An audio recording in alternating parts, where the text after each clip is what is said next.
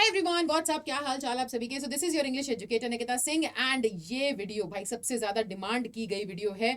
इस वीडियो को आज मैं आपके सामने लेकर के आ चुकी हूँ, जिसके अंदर एक वीडियो में कोशिश करेंगे अंडर 30 मिनट्स मैं आपको आपके जितना भी सारी पोम्स है ना, पूरे पोइट्री सेक्शन में सारी पोम्स के सभी पोएटिक डिवाइसेस जल्दी से रिवाइज करवा दूं। सो इस वीडियो में आपको आपकी poem number 1 dust of snow से लेकर के poem number 9 for Anne Gregory, ये सारी पोम्स के सारे पोएटिक डिवाइसेस मिलने वाले हैं। तो जल्दी से हम शुरू करते हैं बिना किसी देरी के। इस वीडियो को पूरा जरूर देखना, क्योंकि पोएटिक डिवाइसेस आपके एग्जाम के लिए बहुत इंपॉर्टेंट है। कॉम्पिटेंसी बेस्ड क्वेश्चंस में भी पोएटिक डिवाइसेस पूछे जाते हैं, सो मिस नहीं करना है। तो करते हैं शुरू बिना किसी देरी के। आ जाते हैं सबसे पहले इस चीज पर कि पोएटिक डिवाइसेस होते क्या है। सो बेसिकली पोएटिक डिवाइसेस ऐसे टूल्स होते हैं, ऐसे डिवाइसेस होते हैं जिनकी मदद से जो पोम है उसमें गहराई आ सकती है, उसके अंदर डेप्थ आती है। ठीक है, वरना आप देखिए ना, अगर हम यहाँ पर हमारे राइटर जो है रॉबर्ट फ्रॉस्ट, वो लिख रहे हैं कि some say the world will end in fire, some say in ice, तो यहाँ पर अब क्या है, अब कोई अगर रीडर पढ़ेगा तो उसको एकदम लिटरल मीनिंग लगेगा, यानी कि वो जो पढ़ रहा है वो वही मतलब समझेगा कि यार दुनिया आग में खत्म होगी या दुनिया आइस में खत्म होगी।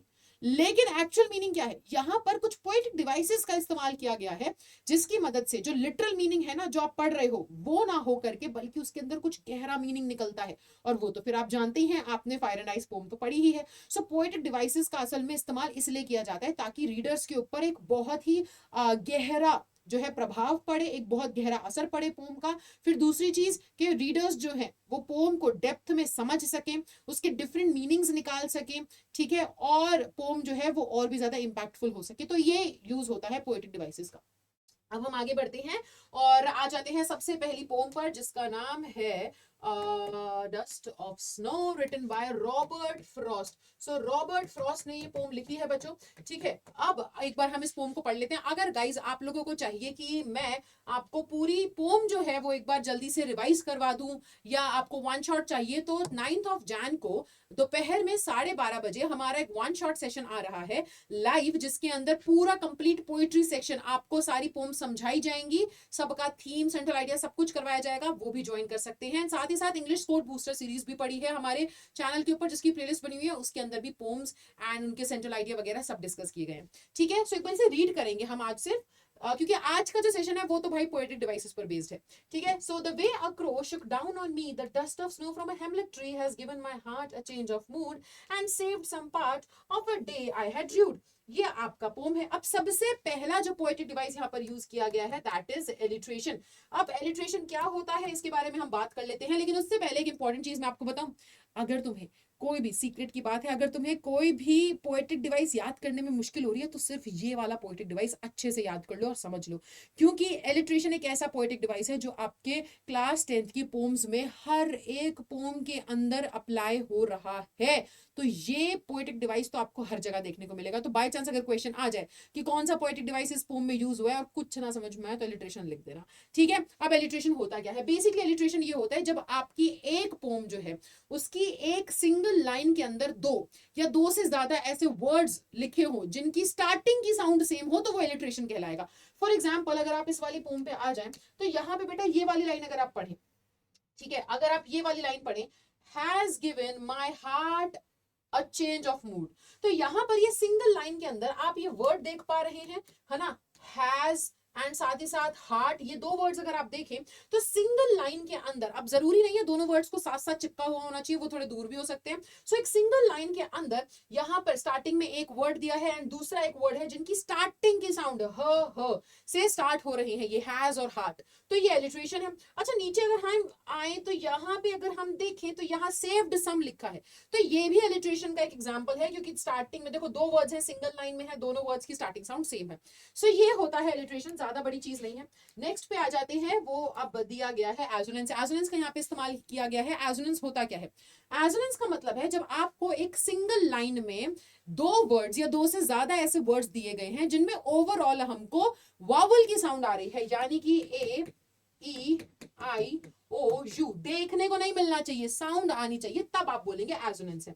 जैसे कि बच्चों अगर हम इस वाली लाइन पर आ जाए, ठीक है, शुक डाउन ऑन मी, ये वाली अगर आप लाइन पढ़ें तो यहां पे आपको ओवरऑल मैं बोल रही हूं, ओवरऑल अगर आप पढ़ें तो शुक ओ की साउंड आ रही है, डाउन ओ की साउंड आ रही है, ऑन ओ की साउंड आ रही है, सो शुक डाउन ऑन मी।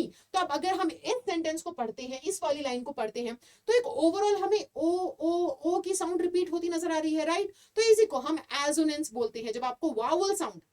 अब एलिट्रेशन में क्या होता है, आप स्टार्टिंग की साउंड देखते हो, वर्ड के स्टार्टिंग की साउंड के दो या दो से ज्यादा वर्ड में अगर स्टार्टिंग की साउंड मैच कर रही है तो एलिट्रेशन। लेकिन एसोनेंस बोलते हैं कि ओवरऑल सुन लो तुम, ओवरऑल अगर तुमको किसी भी वावल की साउंड आ रही है तो दैट इज एसोनेंस, ठीक है।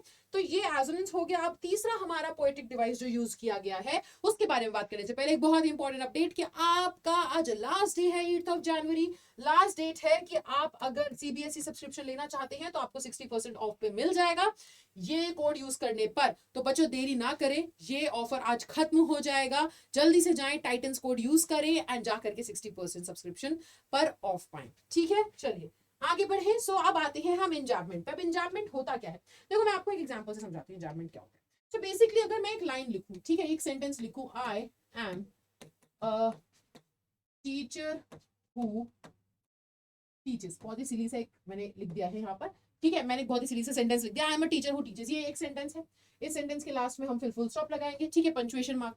अब इसी को अगर मैं पोएटिक सेंस में लिखूं और इसको अलग अलग, अब आप देखिए इंजाबमेंट का मतलब है एक सिंगल सेंटेंस को आप अलग अलग लाइनों में बांट दो, जैसे कि I am a teacher who teachers English, ऐसे करके मैंने लिख दिया। और अब ये क्या हुआ, एक सिंगल सेंटेंस को मैंने अलग अलग लाइनों में बांट दिया, लेकिन यहां पर जब इसको मैंने अलग अलग लाइंस चेंज करी तो कहीं पे भी पंक्चुएशन मार्क यूज नहीं किया। ये सिंगल सेंटेंस था, इसको ब्रेक करके अलग अलग लाइनों में लिख दिया कंटिन्यूएशन में, लेकिन जो पंक्चुएशन मार्क है वो इसके एंड में ही लग रहा है, बीच में जब लाइन ब्रेक हो रही है तो नहीं लग रहा है, इसी को इंजाबमेंट कहते हैं और कुछ नहीं है। और अगर आप ये पोम देखेंगे ना जो यहाँ पर आपको दी गई है, अ डस्ट ऑफ स्नो, तो इसके अंदर ये देखो है ना, यहाँ पर ये जो पूरी पोम है बेटा, इसको मैं रेज करती हूँ, ये पूरी पोम को अगर आप देखोगे तो दिस इज नथिंग जस्ट एक सिंगल सेंटेंस। ये यहाँ से स्टार्ट हो रहा है, the way a crow shook down on me, the dust of snow from a hemlock tree has given my heart a change of mood and saved some part of the day I had rued, यहाँ पर एक full stop लगा है पूरी pome में, कहीं पर ये सिंगल सेंटेंस है जिसको ब्रेक किया गया है, कहीं पे भी कोई पंक्चुएशन मार्क नहीं है, इसे इंजाबमेंट कहते हैं। अब सुनो मेरी बात, आप सभी जितने भी यहाँ पर आपको दिए गए हैं ये पोएटिक डिवाइसेस, इनको अच्छे से समझ लो क्योंकि यही पोएटिक डिवाइस अब पूरी पोएट्री सेक्शन में रिपीट होने वाले हैं। देखो लास्ट पोएटिक डिवाइस, अब पोएटिक डिवाइसेस खत्म हो गए हैं, लास्ट जो है हमारे सामने राइम स्कीम है। Rhyme scheme A B C D. अगर आपको राइम स्कीम निकालना नहीं आता तो मैं बता देती हूँ, बहुत ईजी होता है। देखो आप ना लास्ट वर्ड पढ़ेंगे पोम का, क्या है, the way a crow, crow. अब ये क्रो कैसी साउंड दे रहा है, क्रो, ये साउंड का हम एक साउंड को अब हम नाम देंगे, साउंड का नाम हम रखते हैं ए। अब आ रहा है मी, क्या क्रो की साउंड और मी की साउंड सेम है, क्रो जो साउंड थी उसमें क्या सुन रहा था, ओ, तो हमने इस साउंड का नाम रखा ए। मी, क्रो और मी सेम साउंड नहीं है तो इस साउंड का, ये नई साउंड है, न्यू साउंड है तो इसका नाम रखते हैं बी। अब आ गए स्नो, स्नो, क्रो और स्नो, ओ ओ सेम साउंड आ रही है तो क्रो वाली साउंड का नाम ए था, तो स्नो भी वही साउंड दे रही है, इसका नाम भी ए रख देते हैं। अब ट्री, ट्री और मी वाली साउंड का नाम बी था, ट्री भी वही साउंड दे रही है तो इसका नाम भी बी हो गया। अब हार्ट, हार्ट ये एक नया साउंड आ गया ना, तो स्नो से मैच कर रहा है, क्रो से मैच कर रहा है, हार्ट नया साउंड है, इसका नाम सी दे देते हैं। मूड, ये तो और नया साउंड आ गया, ये भी अभी मैच नहीं कर रहा है कहीं से, तो इसका नाम डी है। पार्ट, हार्ट और पार्ट सेम साउंड आवाज आ रही है तो ये हार्ट वाली साउंड का नाम सी था, ये भी सेम साउंड है सी, एंड सिमिलरली डी। तो इस तरीके से आपकी राइम स्कीम निकलती है, बहुत इजी है बच्चों, ये आप कर सकते हैं।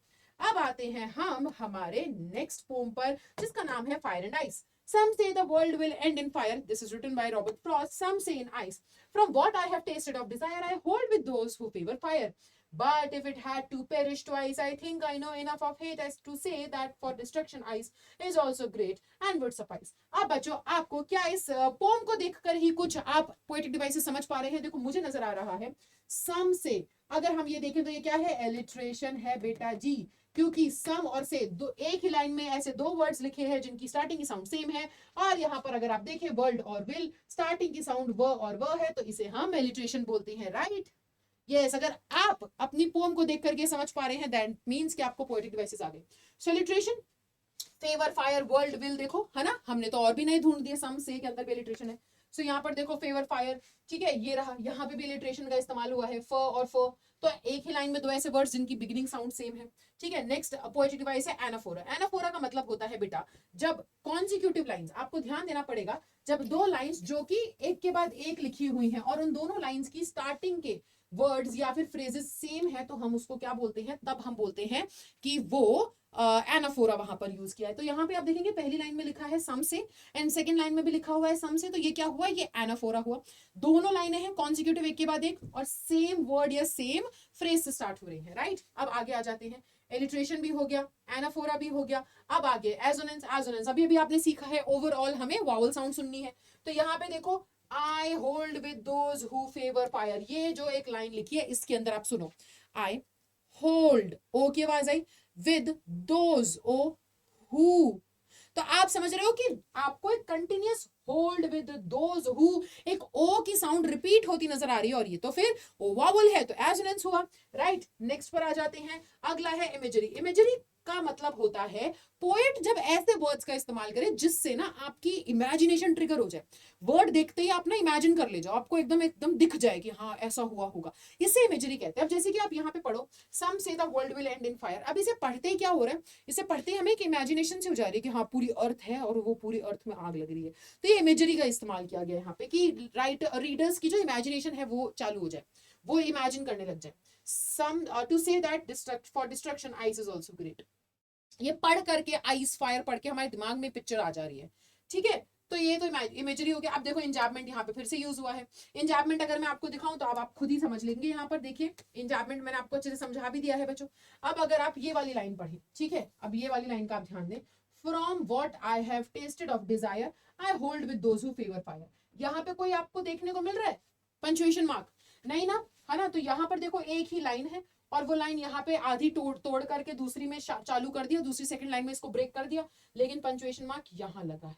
जहां इसको ब्रेक किया है ना, एक सिंगल सेंटेंस को जब दो टुकड़ों में, दो लाइनों में बांटा है, तो यहाँ पे कहीं पे भी पंचुएशन नहीं लगी, तो ये हमारा इंजैपमेंट हो जाता है। इंजैपमेंट कर लिया। अब आते हैं पर्सोनिफिकेशन पे। पर्सोनिफिकेशन का मतलब है यहाँ पे एक वर्ड दिया गया है पर्सन।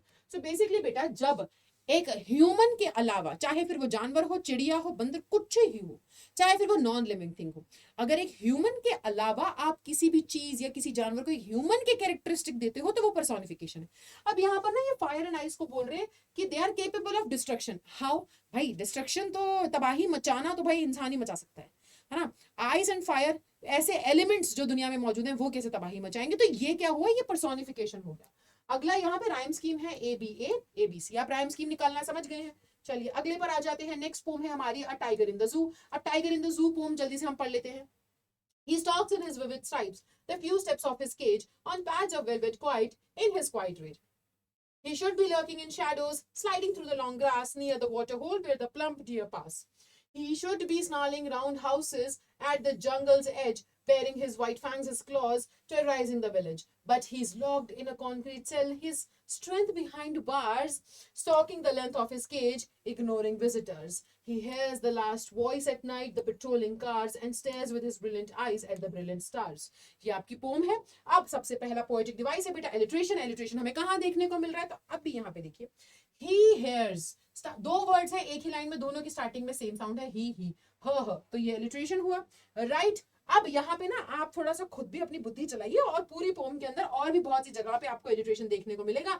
जरा देखिए कि आपको कहाँ पे एलिट्रेशन देखने को मिल रहा है, ठीक है। अगला एजोनेंस। एजोनेंस हमें कहाँ देखने को मिल रहा है बेटा, जब हम यहाँ पे देखिए, जब हम ना ये वाली लाइन पढ़ते हैं, ठीक है, जब हम ये वाली लाइन पढ़ते हैं तो इस लाइन में पढ़ो जरा इसको, विद हिज ब्रिलियंट आईज, तो ई साउंड रिपीट हो रही है, विद में ई आया, हिज ब्रिलियंट आईज, तो आप समझ रहे हैं। तो यहाँ पे क्या है एजोनेंस, क्योंकि ई साउंड है तो वावल है, राइट। तो यहाँ पे एजोनेंस का भी इस्तेमाल हुआ है ना। यहाँ पे देखो इन हिज विविड स्ट्राइप्स, आप खुद रीड करो, इन हिज विविड स्ट्राइप्स, तो आई की साउंड रिपीट हो रही है, तो एजोनेंस है।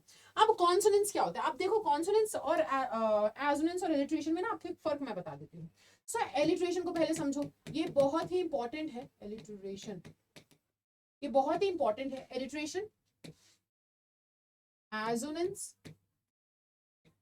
और कॉन्सोनेंस, इन दोनों के वर्ड के बीच कॉन्सोनेंस, इन तीनों वर्ड्स के बीच में आप डिफरेंस समझिए बेटा। एलिट्रेशन क्या कहता है, स्टार्टिंग की साउंड सेम होनी चाहिए। यानी कि मैं बोलूं अगर शी शुड, तो ये शी शुड में क्या है, अब शी शुड में आप खुद ही देखो, मैं आपके सामने 3-4 एग्जांपल्स लिख देती हूँ, ठीक है। इन हिज, और मैं यहां पर लिखूं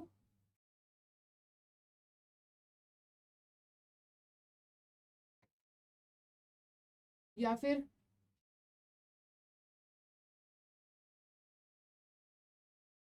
चलो, आपके सामने 3 एग्जांपल्स आ गए बेटा।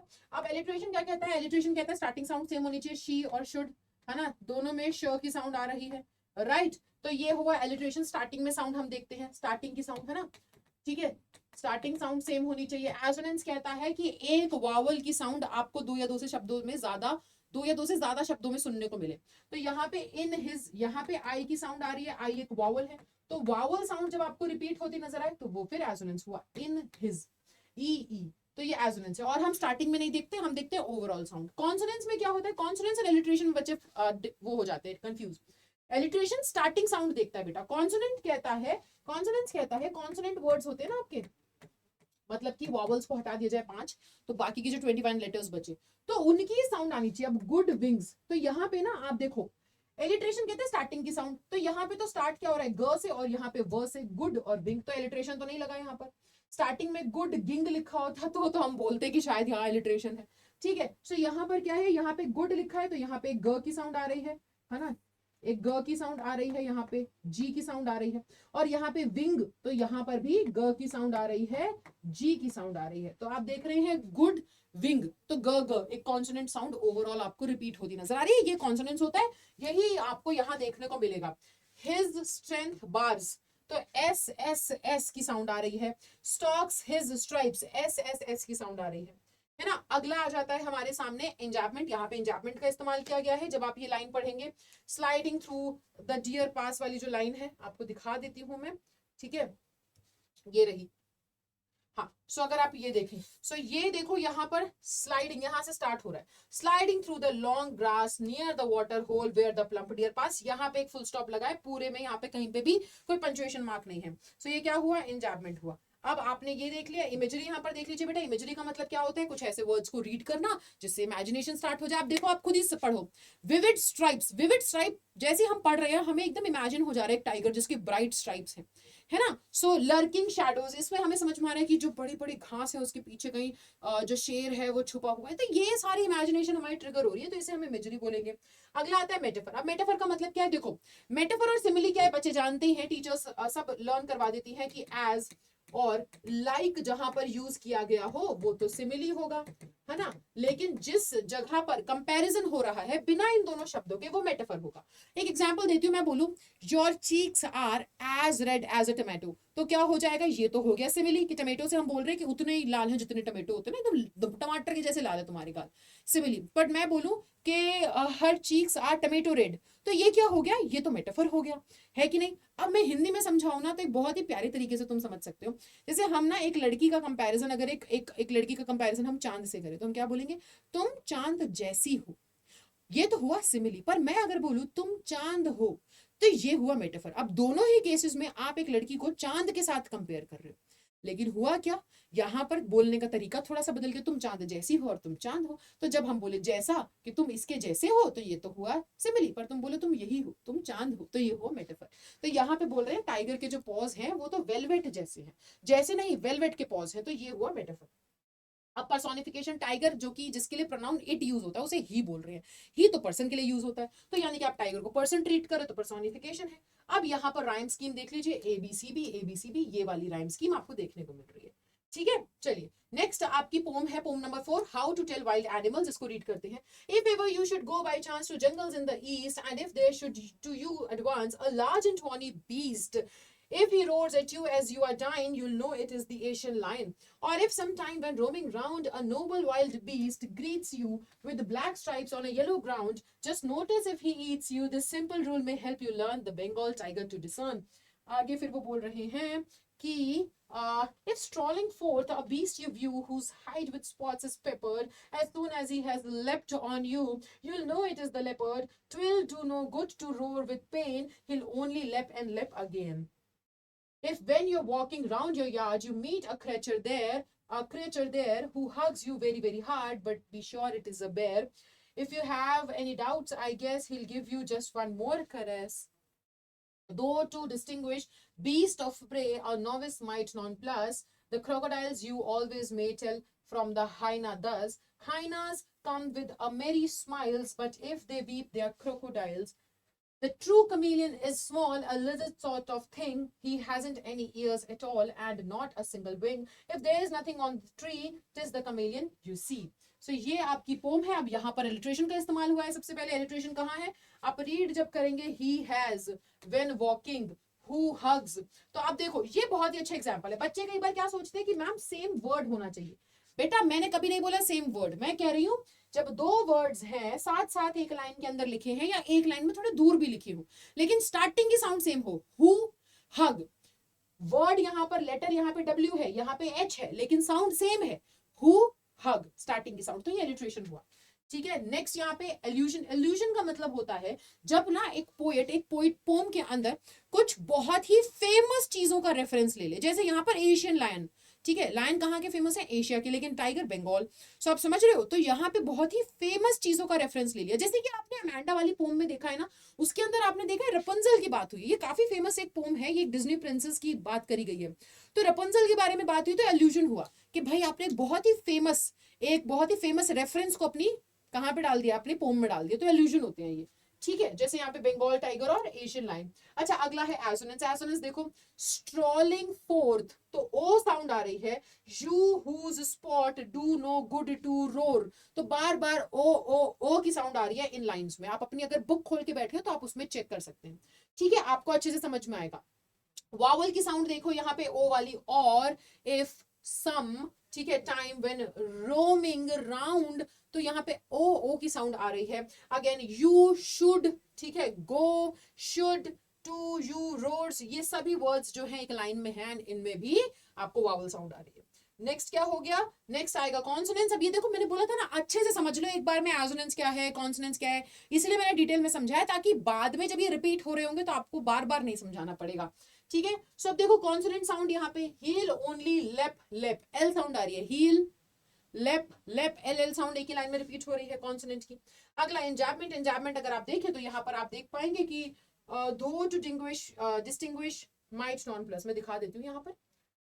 ठीक है. सो ये वाली लाइन देखिए आप. यहाँ पर क्या लिखा है? यहाँ पे स्टार्टिंग में अगर आप देखेंगे तो दो to distinguish beast of prey. ठीक है. अब यहाँ पे अगर हम पढ़ें तो just a second. Enjambment. Yes. So, sorry. If you were walking creature there. चला गया. बियर वाली लाइन कहाँ चली गई? यस ये रहा. ठीक है ना. सो अगर आप यहाँ पर देखेंगे तो यहाँ पर अगर आप देखो तो ये रहा. If you have any doubt I guess he will give you just one more caress. ये एक लाइन यहाँ से स्टार्ट हो रही है, यहाँ पे एंड हो रही है. यहीं पर आपको पंचुएशन दिया, इधर कोई पंचुएशन है ही नहीं. सो ये इंजैबमेंट हुआ है ना. चलो अगले वाले पर आ जाते हैं. अब यहाँ पर नेक्स्ट इंजैबमेंट के बाद जो हमें दिया है वो है यहाँ पे राइम स्कीम, जो मैंने आपको निकालनी सिखा दी है. A B C C, इसी फॉर्म में चल रही है पोम. अगली पोम है आपकी द बॉल पोम. इसको रीड करते हैं. What is the boy now who has lost his ball? What is he to do? I saw it go merrily bouncing down the street and then merrily over. There it is in the water. No use to say, oh, there are other balls. An ultimate shaking grief fixes the boy. As he stands rigid, trembling, staring down all his young days into the harbor where his ball went, I would not intrude on him. A dime another ball is worthless. Now he senses first responsibility. In a world of possessions, people will take balls. Balls will be lost always. Little boy, and no one buys a ball back. Money is external. He is learning. Well, behind his desperate eyes, the epistemology of laws, how to stand up, knowing what every man must know one day, and most know many days how to stand up. So ये थी आपकी pome. सबसे पहला poetic device alliteration use हुआ है. कहां पर? आप यहाँ पे देख सकते हैं. buys a ball back. B यहाँ पे स्टार्टिंग की साउंड आ रही है. B and B. ठीक है. अगला आप देखें यहाँ पे एनाफोरा. एनाफोरा बेटा यहाँ पर अगर आप देखें तो दो लाइनों में स्टार्टिंग में वॉट आ रहा है. ठीक है. देखो ये रहा anaphora, what is the boy now, what is he to do. तो दोनों लाइनें एक के बाद एक स्टार्ट हो रही है सेम वर्ड से, तो एनाफोरा हुआ ये। ठीक है, नेक्स्ट हमें क्या दिया गया है, नेक्स्ट हम यहाँ पे एजोनेंस देख पा रहे हैं। एजोनेंस कहाँ आ रहा है, boy now who lost, what is the boy now who lost the ball. तो आप देख रहे हो कि बार बार यहाँ पे बॉय ओ, नाउ ओ, है ना, हु लॉस्ट, तो ओ की साउंड बार बार रिपीट हो रही है इस लाइन में, तो यहाँ पे एजोनेंस भी इस्तेमाल किया गया है। राइम स्कीम यहाँ पे कोई है ही नहीं, क्योंकि ये फ्री वर्स में, जहां पे जिस फॉर्म में राइम स्कीम नहीं होती उसे हम फ्री वर्स कहते हैं, फ्री वर्स में लिखा गया है। नेक्स्ट पोम है अमांडा। अमांडा पोम को पढ़ लेते हैं। सो इसका एक तो मैं आपको बता ही चुकी हूँ, है ना, इल्यूजन यहाँ पे यूज हुआ है। So don't bite your nails Amanda, don't hunch your shoulders Amanda, stop that slouching and sit up straight Amanda, there is a languid emerald sea where the sole inhabitant is me, a mermaid drifting blissfully. Did you finish your homework, Amanda? Did you tidy your room, Amanda? I thought I told you to clean your shoes, Amanda. I am an orphan roaming the street. I pattern soft dust with my hushed bare feet. The silence is golden, the freedom is sweet. Don't eat that chocolate, Amanda. Remember your acne, Amanda. Will you please look at me when I'm speaking to you, Amanda? I'm a Rapunzel. I have not a care. Life in a tower is tranquil and rare. I'll certainly never let down my bright hair. Stop that sulking at once, Amanda. You are always so moody, Amanda. Anyone would think that I nagged at you, Amanda. So ये Amanda pome यहाँ पे खत्म होती है। आप देखें यहाँ पे सबसे पहले इलिट्रेशन का इस्तेमाल हुआ है। सिट अप स्ट्रेट, ये लाइन लिखी है, इसमें आपको एस एस स्टार्टिंग में देखने को मिल रहा है ना। Stop that slouching, S S देखने को मिल रहा है। सो ये हुआ। अब आप ना खुद भी यहाँ पर बेटा, अगर आप थोड़ा सा, अगर आप इसी लाइन को देख लें, इसी पैसेज के अंदर, इसी स्टैंजा में आपको ना एक और जगह पे इलिट्रेशन पता चलेगा। सो मेरे को जल्दी से कमेंट सेक्शन में जरूर बताना आप यहाँ पे कहाँ इलिट्रेशन एक और जगह देख पा रहे हो, क्योंकि मुझे तो नजर आ रहा है। सो जल्दी से बताइए कहाँ पे इलिट्रेशन आप देख रहे हैं। ठीक है, आगे एनाफोरा यूज हुआ है यहाँ पर। एनाफोरा यानी कि डोंट बाइट, डोंट हंच। अब देखो ये वाली पोम, है ना, यहाँ पे ये देखो anaphora, did you finish your homework, did you tidy your room, है ना, तो डिड से स्टार्ट हो रहा है, एनाफोरा भी है यहाँ पर। ठीक है, अगला हो गया एजोनेंस। एजोनेंस आपको कैसे देखने को मिल रहा है, don't hunch your shoulders, don't O sound आ रही है, हंच योर शोल्डर, तो ओ साउंड बार बार रिपीट हो रही है, तो एजोनेंस है। नेक्स्ट देखिए राइम स्कीम क्या है यहाँ पर, A B A triple C, same यहाँ पे रिपीट हो रही है ये। ठीक है, ए ए एफ ए जी जी, तो ये एक आपकी राइम स्कीम है, आप इसे गो थ्रू कर लेंगे, आपको राइम स्कीम निकालना भी आ गया होगा। ठीक है, अब अगली पोम है द ट्रीज, इसको पढ़ लेते हैं। The trees inside are moving out into the forest that was empty all these days, where no bird could sit, no insect hide, no sun bury its feet in a shadow. The forest that was empty all these nights will be full of trees by morning. All night the roots work to disengage themselves from the cracks in the veranda floor. The leaves strain towards the glass. Small twigs stiff their exertion. Long cramped boughs shuffling under the roof like newly discharged patients, half dazed, moving to the clinic doors. I sit inside, doors open to the veranda, writing long letters in which I scarcely mention the departure of the forest from the house. The night is fresh, the whole moon shines in a sky still open, the smell of leaves and lichen still reaches like a voice into the rooms. ये आपकी pome थी the trees, जहां पे पेड़ जो है वो बाहर जा रहे हैं घरों से निकल के। एलिट्रेशन यहाँ पर इस्तेमाल किया गया है बेटा लॉन्ग लेटर्स में, देखिए L L starting sound same है, लॉन्ग लेटर्स। स्काई स्टिल, यहाँ पे भी एल एल सेम स्टार्टिंग में साउंड है। एनाफोरा देखिए यहाँ पे कैसे यूज हो रहा है, एनाफोरा अगर आप देखेंगे तो मैं आपको दिखाती हूँ, अगर हम यहाँ देखें, ठीक है, so anaphora, just a second guys, या सॉरी, सो हाँ हाँ सॉरी गाइज, यहाँ पे ना एनाफोरा का इस्तेमाल नहीं हुआ है, एक गलती से यहाँ पे मैंने ऐड कर दिया है, इसको हम डिलीट करते हैं। यस, सो यहाँ पर सबसे पहले एलिट्रेशन और दूसरा हमें एजोनेंस देखने को मिल रहा है।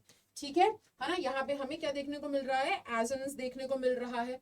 ठीक है, कैसे, यहाँ पे देखिए, अगर हम एजोनेंस का मतलब है वावल साउंड आनी चाहिए। ठीक है, डोर्स ओपन, ओ साउंड आपको यहाँ पर देखने को मिल रही है ना, टू डोर्स ओपन टू, तो यहाँ पे ओ साउंड आपको बार बार आ रही है, राइट, एजोनेंस हुआ।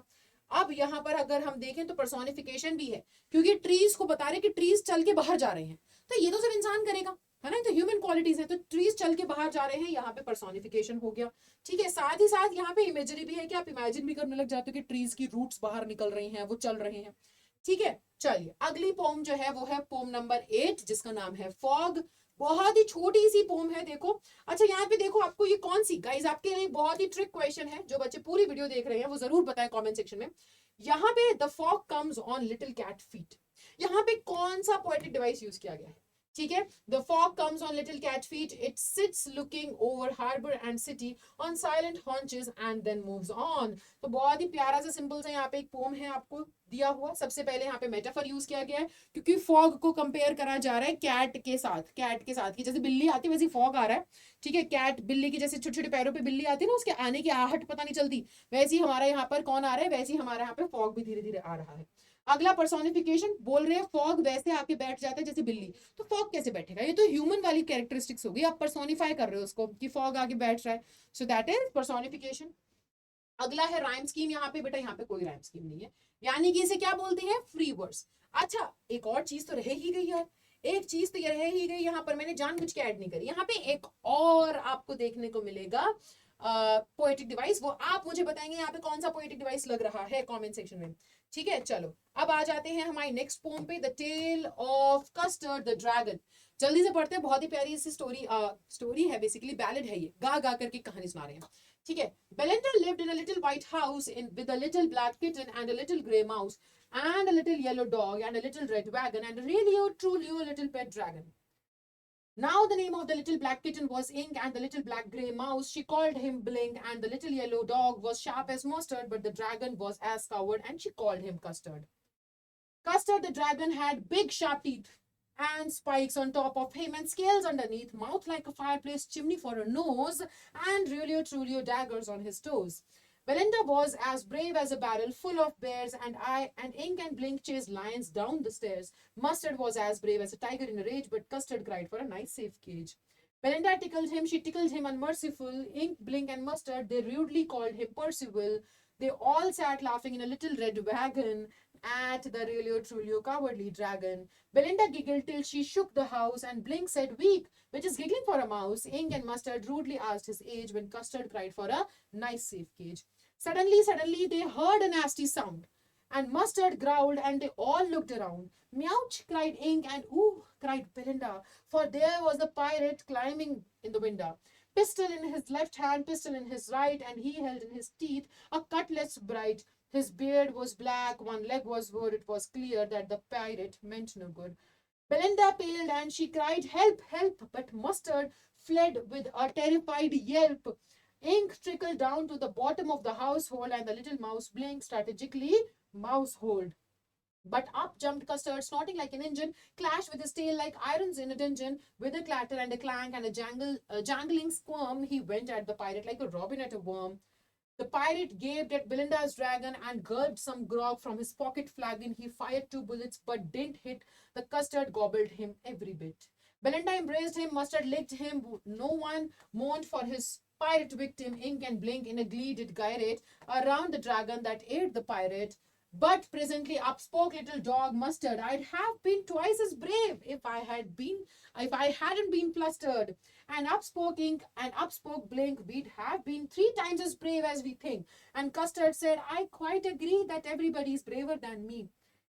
Belinda still lives in her little white house with her little black kitten and her little grey mouse and her little yellow dog and her little red wagon and her really or truly little pet dragon. Belinda is as brave as a barrel full of bears, and Ink and Blink chase lions down the stairs. Mustard is as brave as a tiger in a rage, but Custard keeps crying for a nice safe cage. So ये ऑग्डन Nash के द्वारा लिखी हुई आपकी poem है, जहां पर सबसे पहला पोएटिक डिवाइस हमें देखने को मिल रहा है बच्चों। कौन सा सबसे पहला पोएटिक डिवाइस हमें देखने को मिल रहा है, alliteration. Coward and she called him custard, तो क सी से शुरू हो रहे बट क साउंड दे रहे हैं, राइट। अगला अल्यूजन, यहाँ पर किसकी बात की गई है बेटा, अल्यूजन का मतलब है यहाँ पे जब एक फेमस किसी इंसान का या चीजों का नाम लिया जाए, तो पर्सिवल एक बहुत ही फेमस एक योद्धा था जो अपने मैदान को जंग के मैदान को छोड़ के भाग गया था, उसका नाम लिया गया, तो एल्यूजन है यहाँ पर। ठीक है, अगला है एनाफोरा। एनाफोरा का मतलब क्या होता है, जब 2 लाइनों में सेम तरीके से स्टार्ट हो रहा है, आप जानते हैं। सो एनाफोरा हमें देखने को मिल रहा है ना, and a little red wagon and a really truly dragon, तो दोनों लाइनें एंड से स्टार्ट हो रही हैं। ठीक है, अगला है assonance, no one mourned for, ठीक है, और दैट एट द पायरेट, तो आप देख रहे हो no one mourned for, O sound repeat हो रही है बार बार बार बार, है कि नहीं। ठीक है, अब यहाँ पे देखो ए साउंड रिपीट हो रही है, दैट, एट, ए साउंड बार बार रिपीट हो रही है तो वावल साउंड रिपीट हो रही है तो एजोनेंस है। नेक्स्ट अगर हम देखें तो personification, ink blink and mustard बातें कर रहे हैं भाई, ऐसे कैसे, इंसान ही कर सकता है वो, तो पर्सोनिफिकेशन है यहाँ पर। नेक्स्ट यहाँ पे जो हमारी अगली पोम और लास्ट पोम है बच्चों, that is for Anne Gregory. So इसको रीड कर लेते हैं। Never shall a young man thrown into despair by those great honey colored ramparts at your ear love you for yourself alone and not your yellow hair, but I can't get a hair dye, sorry, but I can get a hair dye and set such color there, brown or black or carrot, that young men in despair may love me for myself alone and not my yellow hair. अब writer कह रहे हैं William Butler Yeats, I heard an old religious man but yesternight declare that he had found a text to prove that only God, my dear, could love you for yourself alone and not your yellow hair. So ये हमारी last pome जिसमें alliteration use किया गया है, S sound repeat हो रही है, set सच, S sound से स्टार्टिंग में वर्ड्स जो है वो शुरू हो रहे हैं दो, ठीक है। नेक्स्ट अगर आप देखें एनाफोरा, अब यहाँ पर that, he, that, only, God, अब आप यहाँ पर देखें तो यहाँ पे दोनों लाइंस जो है वो दैट से स्टार्ट हो रही है, तो ये एनाफोरा हुआ, राइट बच्चों। अगला हमारे सामने मेटाफर हमें देखने को मिल रहा है, यहाँ पे हनी कलर्ड रैम्पर्ट्स जो है ना, उसको किससे कंपेयर किया जा रहा है, रैम्पर्ट्स ऑफ अ फोर्ट, ठीक है। वो कह रहे हैं कि तुम्हारे हनी कलर्ड रैम्पर्ट्स, ये बाल जो तुम्हारे कानों के पीछे हैं वो फोर्ट के साथ उसे कंपेयर करें, किले के साथ। सो ये मेटाफर हुआ। एंड लास्ट में राइम स्कीम क्या है यहाँ पे, A B C B D B, ये राइम स्कीम है आपकी। एंड इसी के साथ हमने आपकी poem number 1 dust of snow से लेकर के फॉर एन ग्रेगरी तक सभी पोम्स के सारे पोएटिक डिवाइसेस कवर कर लिए हैं। सो बच्चों जरूर से अच्छे से इसको क्या करना है, जरूर से देख करके पोएटिक डिवाइसेस को प्रैक्टिस करके जाइएगा, क्योंकि जरूरी है, आते हैं आपके एग्जाम्स में।